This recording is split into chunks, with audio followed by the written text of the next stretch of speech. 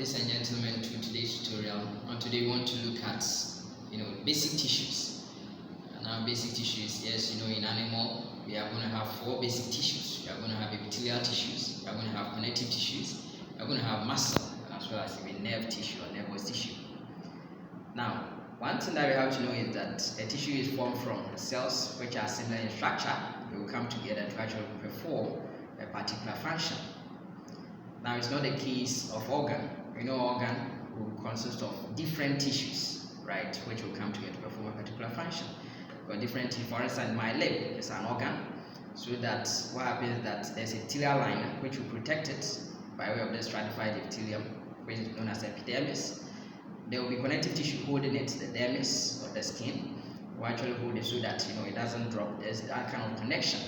There's going to be nerve innervation so that when something hits here, or when I experience something like hot or cold environment, I can feel it. Of course, I'm going to also have this muscle tissue so that there can be that kind of contraction, and relaxation as I talk. So an organ will consist of different tissues. Now today we want to look at one of these basic tissues, and that's epithelial tissues. Epithelial tissues.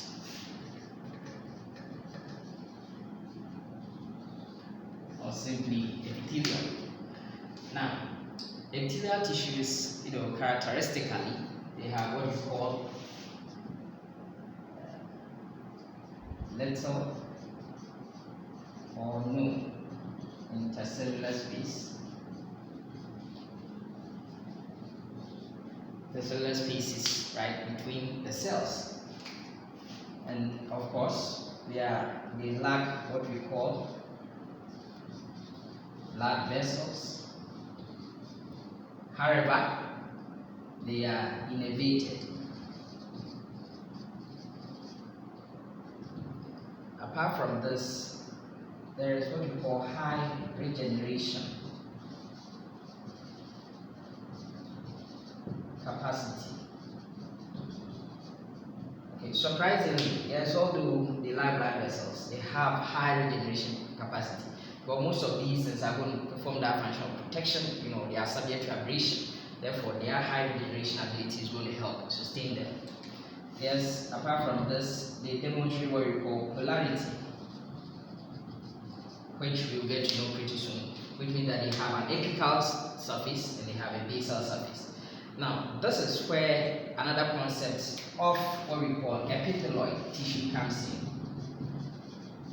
Epithelioid tissue. So all the epithelial tissue, for most of them, they will develop, and actually they may have polarity. They have the superficial part with the apical portion, and they will have the basal portion. But what happens is that for epithelial tissue, they will lack the apical surface. And simply, if you remember this mnemonic, you get to know, almost all the epithelial tissues which are found in the human body, and you just remember with this mnemonic: seal, and seal, just write 3, 2, seal. And this is what you do. Seal, S is for sebaceous gland, so cells which form the sebaceous gland. This epithelial reticular cells of the thymus.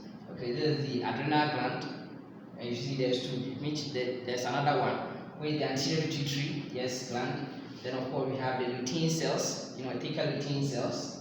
Then we also have what we call luteinizing, we also have the Langerhans cells, islet of Langerhans cells, and then of course we're also going to have the Leydig cells, interstitial cells of Leydig. In fact, these cells are going to have what we call epithelioid kind of thing. It resembles epithelial cells, but actually they lack what we call superficial or apical surface. Now, one thing that we find is that beneath every epithelial tissue, there's going to be what we call a basement membrane. So every epithelial tissue will sit on the basement membrane. Now, this basement membrane is going to separate the epithelial tissue from the connective tissue. Therefore, this basement membrane is actually consists of 2 things: the portion, the superficial portion, which is contributed by the epithelium itself, known as the basal lamina, and then of course the one which is contributed, the basal portion contributed by the epithelium, which is known as reticular lamina. So these are the two main things. Epithelial basement membrane. Every epithelium will sit on a basement membrane, so that what will happen is that there could be that kind of diffusion of material from the connective tissue to the epithelium, because at the end of the day, epithelium is lacking what we call blood vessels. So its nourishment will have to come from the underlying epithelial tissue. Underlying connective tissue. Now, so these are the main characteristics that we have with epithelial tissues. As we move along, now, so what we are going to do is to look at something. Now, we said that there's little or no intercellular space. Now, what happens is that cells are actually connected to each other. Assume there's a cell, this is another cell. We are saying that they are going to sit on what we call the basement membrane, which will be here, and then below it will be the connective tissue. So assuming there is one cell, this is another, then there should be a way that these cells will have to be glued to each other. Therefore, there are three types of junctional complexes of cells. So junctional cell complexes. So there are three kinds of junctional cell complexes, and one is known as tight junction. So the word tight junction, which means it's very tight, gluing the cells together so that there wouldn't be permeation of material. So tight junction, and usually we call it occluding junction. So the protein usually will be a protein known as occludin, will be the protein which is going to help you doing this. Now the next one is known as gap junction. So gap junction will help cells, also known as communication, junction or communicating junction, so that cells can actually communicate. And it's actually formed by what we call 6 proteins known as connexins. And these 6 proteins will form one thing known as connexon. So that it will be like a pore connecting, cells. It will be like a pore at the end of the day connecting cells. So actually formed from 6, giving us this pore, so that cells can communicate. Communicating that's gap junction. And then of course the third one is known as anchoring junction.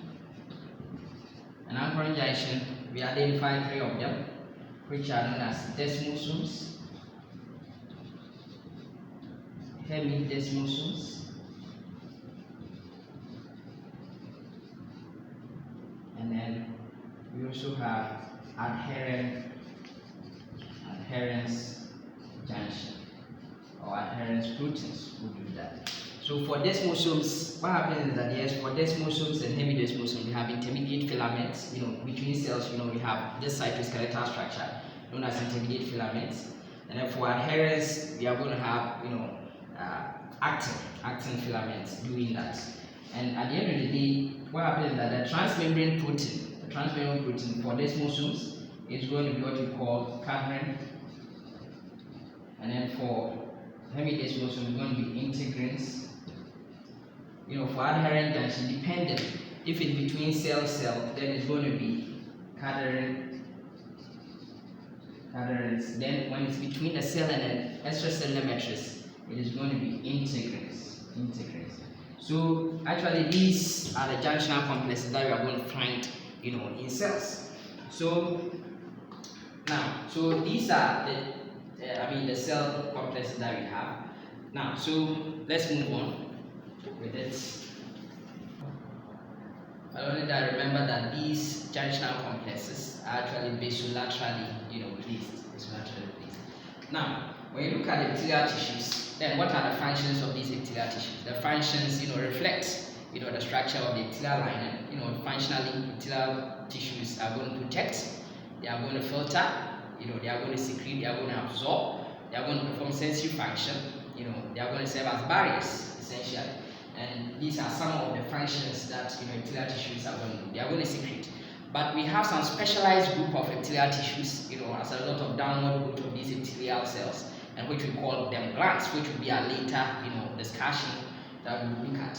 But for now, I want to look at classification of epithelial tissues. Classification of epithelial tissues. So epithelial tissues are classified, based on one, number of layers of cells. Number of layers of cells. So that with respect to number of layers of cells, it is either simple, which means single layer, simple, or stratified. So if it's a single layer of cells, a single sheet of cells, then we are going to call it simple epithelial tissue. If it's more than one, two or more layer of cells, then we are going to call it stratified, multi-layered epithelium. Then the number of cells apart from this, then we look at the shape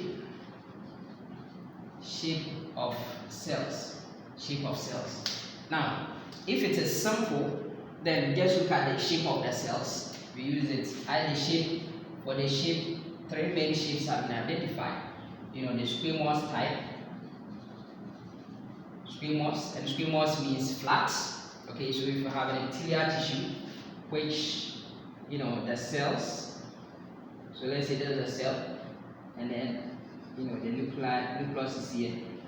Then what we are saying is that this epithelial tissue, because it is wider than high, okay, its height is shorter than its width, then we are going to say that this epithelial tissue is flat, so squamous epithelial tissue. And because it's going to be a single layer, we can say simple squamous. Now the next thing is the cube shape, so cuboidal epithelium. So for cuboidal epithelium, if you have a cell and then you have a rounded nucleus inside it, and this is cube shaped at the end of the day, having its height and width to be almost the same, then we are saying that the cell is cuboidal, so it's cuboidal in shape. And then we also have what we call columnar epithelium. For columnar epithelium, then we say that the cell is going to be taller than wide. So the height will be greater than its width. But remember that some of these in real-time sections, which we'll look at later, what we find is that that is what you see. But in real-time section, you may not see the full extent of the cell membrane, for that matter, cytoplasm. So the nuclei, the shape of the nuclei, will help you in identifying. So when it is squamous, you have this flat nuclei. When it is cuboidal, you have this rounded nucleus. And when it is columnar, you have this columnar shaped nucleus. And real-time section, we are going to look at that one later, pretty soon. Now, if it is however stratified, then what we do is that you look at the most superficial layer of cells. There could be several layers of cells in between: polyhedral cells, cuboidal cells, columnar cells. But at the end, you look at the most superficial layer of cells, and we are going to look at examples. And that one is going to tell you that indeed whether it is squamous, or it is cuboidal, or it is columnar. So for stratified epithelia,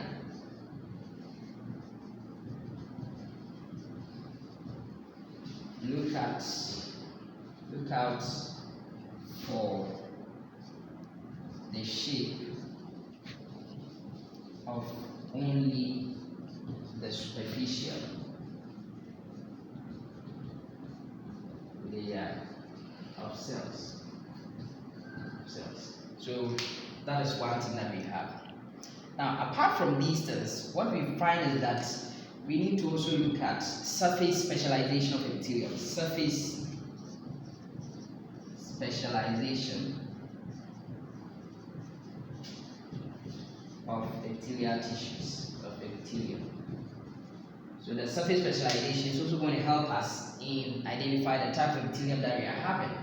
Now, generally, for surface specialization, we are looking at modification of the apical portion of the cell membrane of the cells. So, for instance, we can have something like this.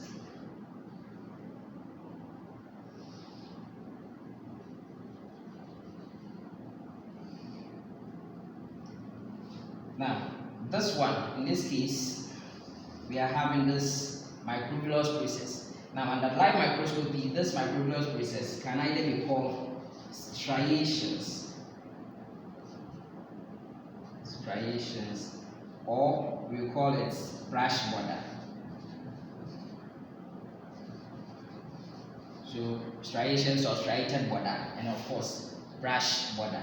Now brush border, usually we reserve it in the case of when we look at the urinary system, but for striated border or striations, then when we look at the gastrointestinal tract, then we look at it. But under electron microscopy, whether it's being brush border or being striated border, we call it microvilli. So this is one of the surface modifications. Now these modifications are exclusive to cuboidal or columnar cells. Microvilli are exclusive to cuboidal or columnar cells. When microvilli is there, it's mainly going to help in absorption. Yeah. Now the next thing that we also find is that you may also see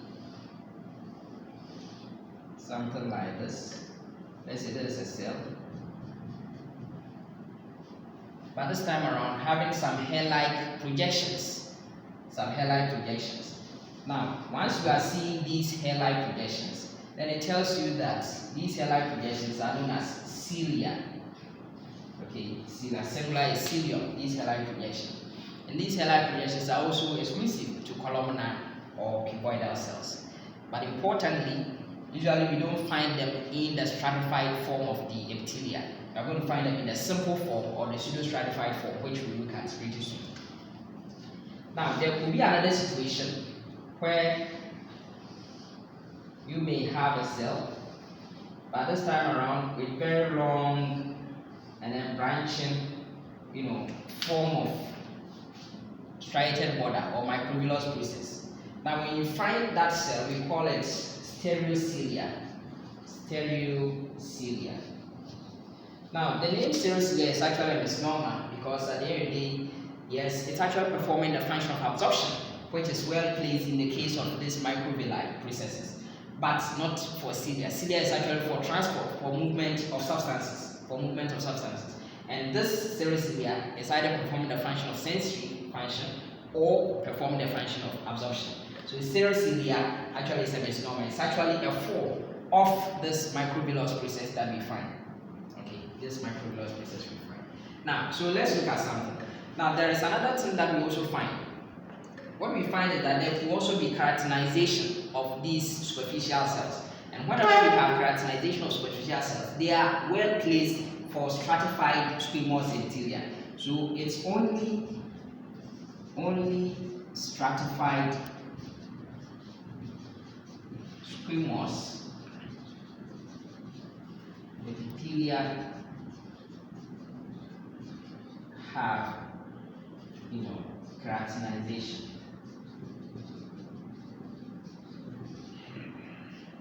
We will see all these things in real-time section. This is actually an introductory section.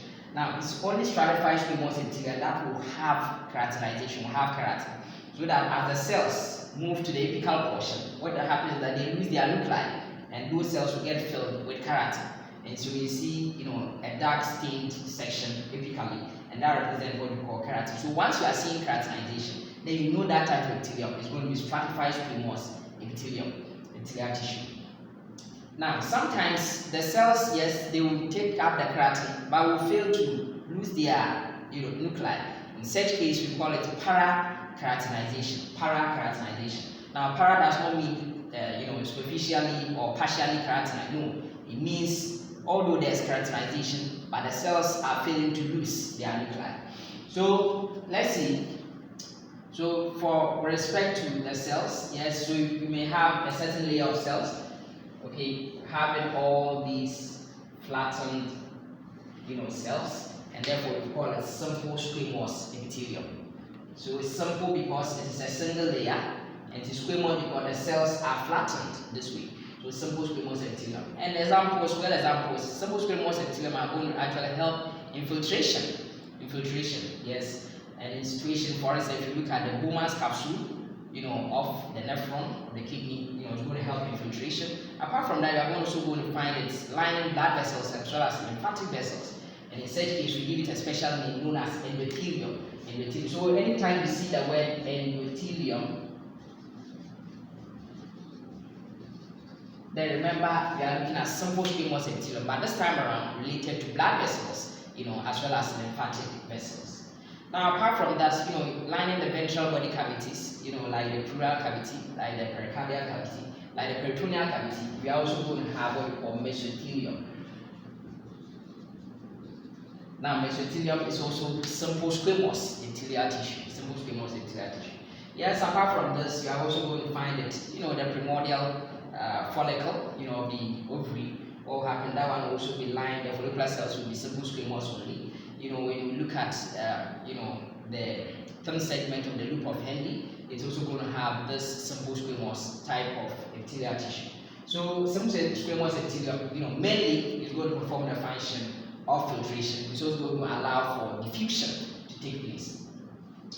Now, the next one is simple cuboidal epithelium. Simple cuboidal epithelium. Now, for simple cuboidal epithelium, usually when you get to the nephron of the kidney, yes, with the exception of you take the thin segment of the loop of Henle, which is having, simple squamous, right from the proximal convoluted to the distal, actually to the collecting duct, there's going to be what we call simple cuboidal epithelium. But what happens is that in the proximal convoluted tube, we are going to have actually microbiologist process, prominent microbiologist process, so brush border will be present in the proximal convoluted tube.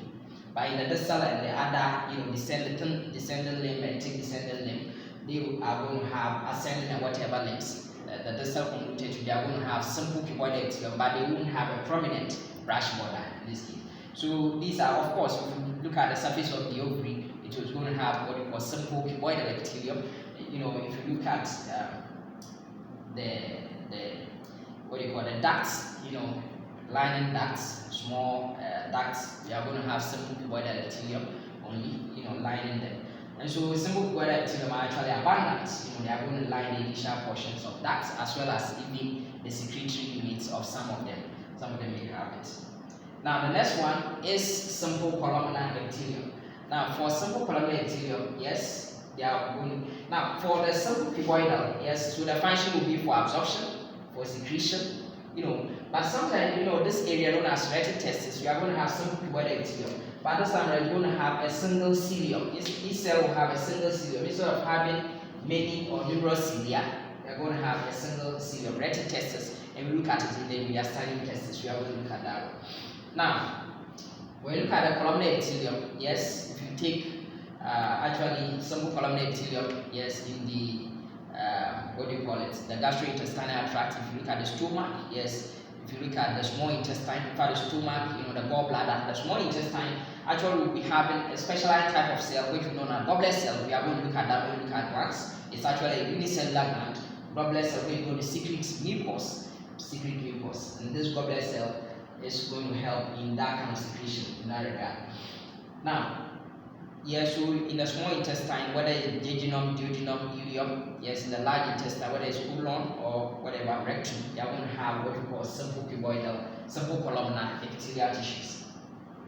Yes, apart from that, we have this type of columnar tissue, which may have what we call stereocilia, simple columnar with stereocilia. In fact, it's actually pseudostratified columnar. So let's introduce this concept of pseudostratified columnar epithelial tissue. Now, it may have, yes, this is a basement membrane, and it may have a cell. Yes, this is a columnar cell. This is also a columnar cell. Yes, it is a columnar cell.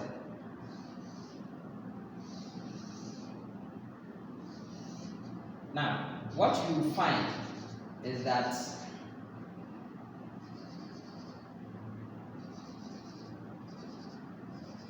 there is a situation where not all the cells are able to reach the most apical surface of this cell. So some of them are at a lower level and some of them are at a higher level. This tends to give some way different layers, as if they are stratified, but it's not actually stratified. But only that all the cells are reaching the basement membrane, the basal aspect, but not all of them are able to reach the same height at the apical portion. Therefore, when we have such a situation, we call it pseudostratified columnar. Now, pseudostratification is exclusive to columnar epithelia, and therefore it tells you that pseudostratified columnar epithelia is actually a type of simple epithelia, simple columnar epithelia. When you have such a situation, when you have this pseudostratified columnar epithelium, when actually a cell which I said we are going to look at, which is actually having this wine-shaped appearance, known as having secreting materials over here known as goblet cell. Goblet cell. And most of these cells are going to have, cilia. They are going to have cilia. And when you have pseudostratified columnar epithelium having what we call cilia with goblet cells, then we call it respiratory epithelium. Respiratory epithelium.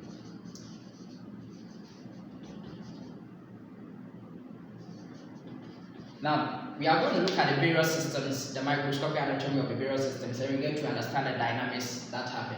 But this respiratory epithelium, once we are having goblet cells, these columnar cells, pseudostratification, having these cilia, these hair-like projections, then respiratory, the bronchi, the bronchioles, the initial portion of the bronchioles. Then of course, the trachea, they are going to have these kind of epithelial tissue, the nasal cavity. Yes. Yeah, but apart from this, we also have what we call pseudostratified, columnar epithelium, actually having what we call cilia.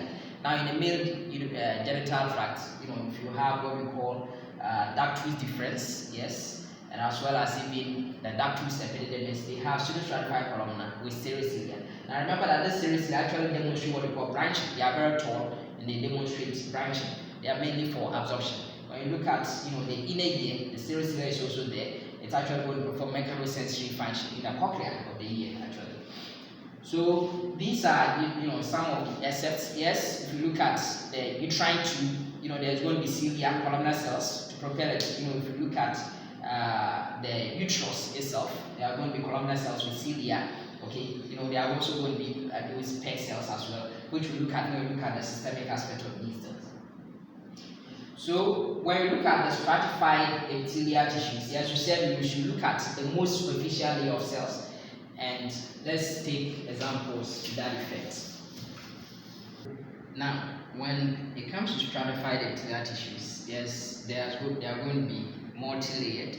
There's just one layer of cell, another layer, another layer, another layer. So it's multi-layered. Now, we said that the principle is that you look at the most superficial layer of cells, the shape of the most superficial layer of cells. So looking here, you can see that how the nuclei are flattened. It tells you that there is actually stratified squamous epithelium. But it's not enough. You have to tell us, is there keratin or no keratin? And we said that if there is keratin, then superficially you are going to have another layer of non-cellular. It's non-cellular, of non-cellularity, and the layer without any cell on top. Once you see that, then it is stratified. Squamous keratinized epithelium. Stratified squamous keratinized epithelium. So once you see that, but if it's not there, then it's a stratified squamous non-keratinized epithelium. It means there is no keratin. Now, in the non-keratinized states, what we find is that yes, it sometimes resembles something that we call transitional epithelium. Transitional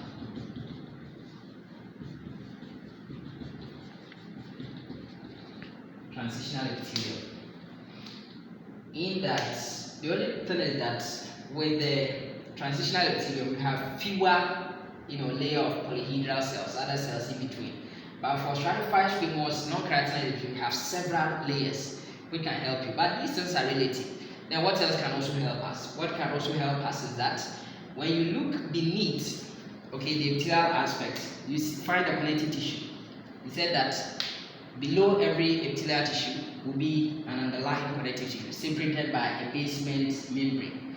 Now you realize that the epithelial tissues, if it is stratified squamous, whether keratinized or non-keratinized, the epithelial tissues will begin to dip into the connective tissue. They will dip into the connective, forming these cells known as epithelial pegs.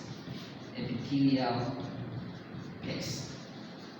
So I tell you, once you find epithelial pegs, then you should know that you are looking at stratified squamous non-keratinized epithelium. Yes, for stratified squamous non-keratinized epithelium, they are going to line places. Generally, when there is stratification, then it means protection is actually needed because there's going to be high abrasion. Friction is going to take place there. Therefore, protection is needed.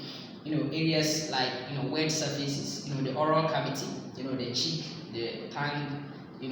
The pharynx, oral part of the oral pharynx. When you look at the esophagus, when you look at, the anal canal, when you look at the vagina, even when you look at the orifice of the urethra, external orifice of the urethra, all these ones are going to have what we call stratified squamous epithelium, because these areas are subject to abrasion. Well, when you look at the cornea too will have stratified squamous epithelium, only that it wouldn't be having these epithelial pegs. But generally, for stratified squamous epithelium, they are going to have these epithelial pegs.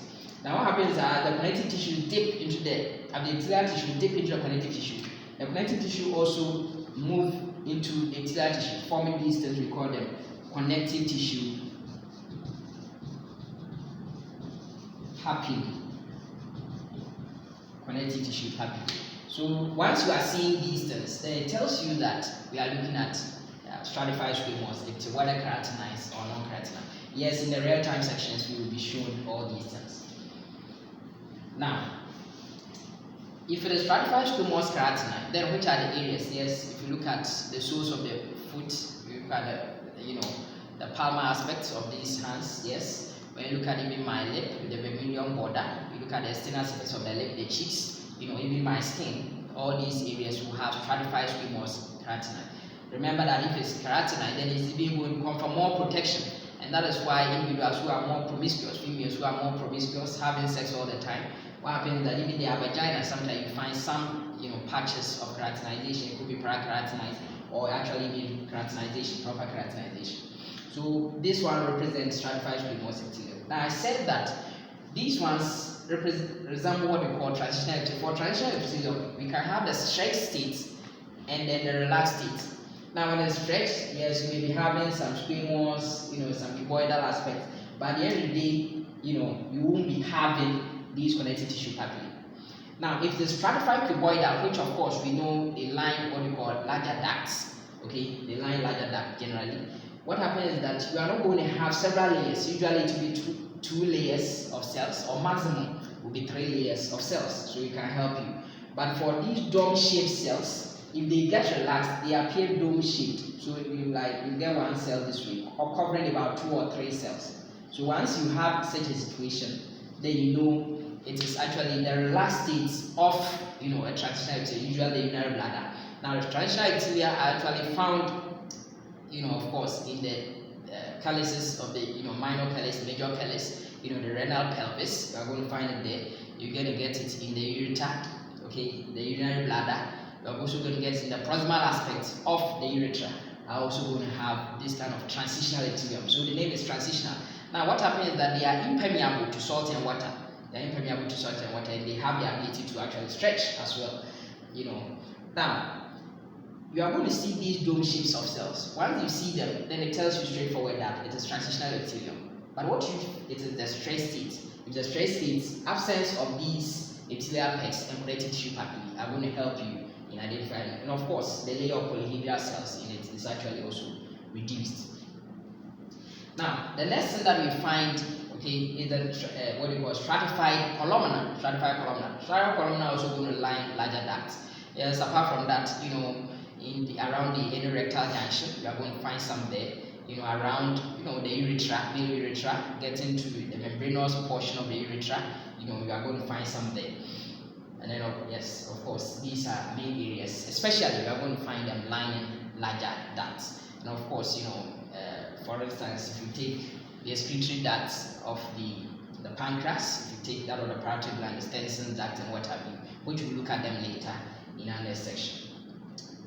So ladies and gentlemen, yes, this is actually a quick tutorial as regards epithelial tissues. We've said that epithelial tissues are going to form membranes, which we've seen them. In our next session, we are going to look at what we call granular epithelial tissues. Thank you.